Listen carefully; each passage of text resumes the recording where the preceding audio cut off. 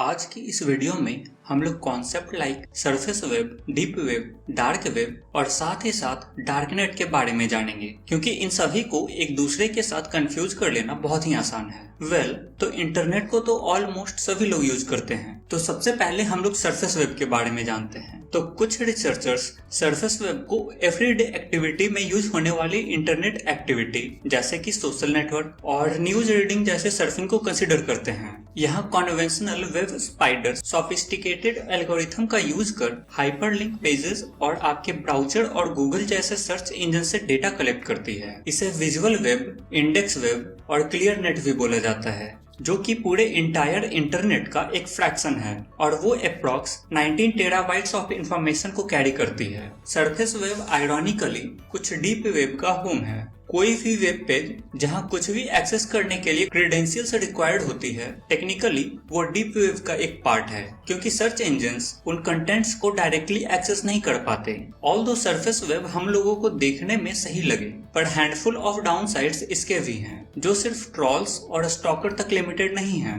बल्कि human exploitations, pornography, violence, destruction, identity theft, hacking और इसमें इंट्रूशन ऑफ प्राइवेसी भी इंक्लूडेड है। ये मत भूलिए कि सरफेस वेब की वजह से ही जायंट्स लाइक फेसबुक और गूगल ऑलमोस्ट आपके बारे में सब कुछ जानते हैं। तो अब सेकंड हम लोग डीप वेब के बारे में जानते हैं। व्हेनेवर हम लोग डीप वेब के बारे में बात करते हैं तो लोग हमेशा उसे गलत वे में इंटरप्रेट कर लेते हैं, जैसे कि deep web criminals, drug dealers, terrorist इन सभी का प्लेग्राउंड है। पर ये पूरी तरह से रॉन्ग भी नहीं है, लेकिन आपको ये भी नोट कर लेना चाहिए कि एक सेंस में एक ऑर्गेनाइजेशन का इंटरनेट एक डीप वेब है, क्योंकि आउटसाइड द कंपनी किसी के पास भी उन इंफॉर्मेशन का एक्सेस नहीं होता।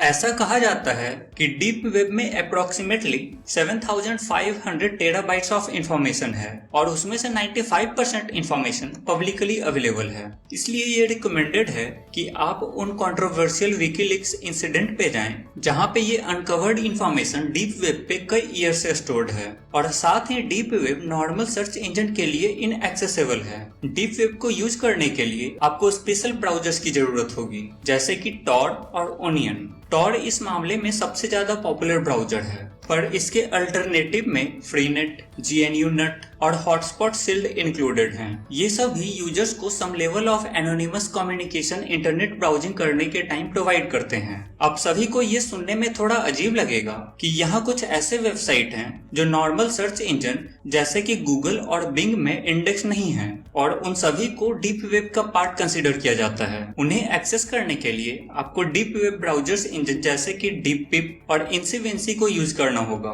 ये कॉशन की बात है कि थ्योरी में डीप वेब एनोनिमस लगता है, लेकिन रियलिटी में certain sites law enforcement agency की वॉच लिस्ट में होती हैं और वहां हैकर से टारगेट होने का बहुत ही ज्यादा रिस्क होता है। इसलिए आपको डीप वेब ब्राउज करने के डिसीजन को लेकर एक्स्ट्रा श्योर होना चाहिए। तो अब थर्ड आते हैं डार्क वेब पे।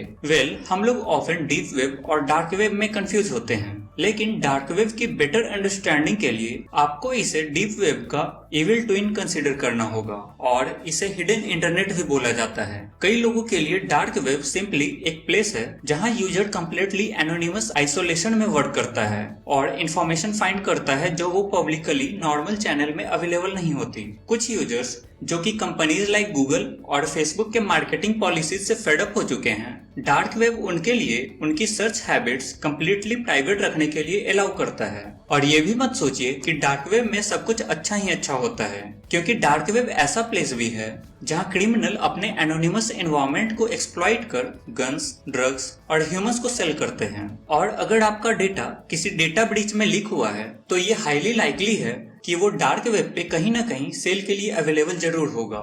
लेकिन ये भी सच है कि गवर्नमेंट इसे पॉलिटिकल कॉन्फ्लिक्ट को प्रोटेक्ट करने के लिए और क्रिमिनल्स को हंट डाउन करने के लिए भी यूज करती है। और फाइनली डाउट को क्लियर करने के लिए डार्क वेब को एक्सेस करना लीगल है, पर उस पे इलीगल एक्टिविटी आपको प्रोसिक्यूट करवा सकती है। तो एट लास्ट डार्कनेट पे आते हैं। इसमें भी लोग डार्क वेब और डीप वेब के साथ क्वाइट कंफ्यूज हो जाते हैं, लेकिन डार्कनेट में कई लोग इनविजिबल इंटरनेट और इनविजिबल वेब को एक्सेस करने के डिफरेंट रूल्स बनाते हैं और ये डिफरेंट नेटवर्क इनक्रिप्टेड होते हैं जो एग्जिस्टिंग इंटरनेट पे क्रिएट की जाती है और साथ ही साथ इसे कुछ specific configuration of softwares, tools और कुछ एस्टिमेट्स के थ्रू एक्सेस किया जा सकता है जो कि गिवन मूवमेंट में अवेलेबल होगी। वर्ल्ड वाइड अप्रॉक्स 10,000 से 1 लाख के अराउंड एक्टिव डार्कनेट साइट्स हैं। डार्कनेट को 2 टाइप्स में क्लासिफाई किया जा सकता है। First, friend to friend network, जिसे प्राइवेटली फाइल शेयरिंग के लिए पीयर टू पीयर कनेक्शन के थ्रू क्रिएट की जाती है। और सेकेंड, प्राइवेसी नेटवर्क, जिसे मेनली इलीगल एक्टिविटी